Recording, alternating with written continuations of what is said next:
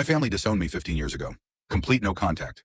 Now all at once they want back in my life and are stalking me. I finally confronted them part two, and also I have been fucking with them and having some fun with the help of a friend. He now calls them fleas and will check on me asking if I have fleas or not. It's kind of funny. If I say yes, then it's game on. The first night he came over and we walked downtown to a really expensive restaurant that I knew they were never going to go to. Another night we went to the porn store. That was the best one. This past week, the way my days all fell, I had a 5-day stretch, so I decided to go to the city. For a few days, I'm walking distance to the Amtrak station, and they followed me. I kept my AirPods in the whole time, and I know they were trying to talk to me, but I ignored the entire time. People on the platform even were telling me that they were talking to me, and I said that I know, but I don't want to deal with them. The train came and I got on and left them to watch. I loved it. It got to the point I finally had to acknowledge them. They weren't going to go away, so we met at the park across from my apartment. I didn't hold anything back. I told them this was the one and only time I was going to talk to them. I took a page from the Matlock series and told them I was their judge, I was their jury. Thank you, Olympia Lawrence.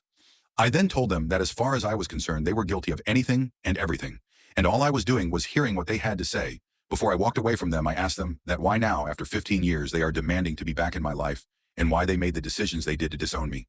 They told me that I ruined the family name, and that the shame I brought to the family was horrible, and that this was the only way to make it right was to get rid of me.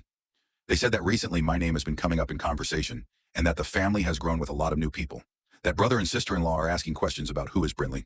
That I have a niece who they think I would love and get along with, and the same for a nephew, who was born last year, and now should be the time to fix things.